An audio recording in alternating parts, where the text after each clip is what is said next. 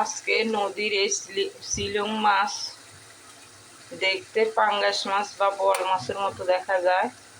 এই মাছ দিয়ে বরবটির তরকারি রান্না করব।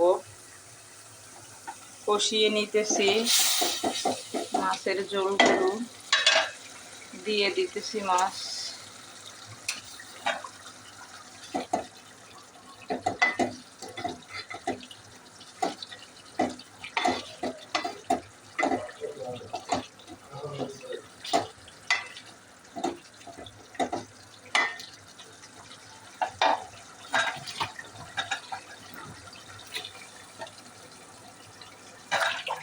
বরবটি দিতেছি,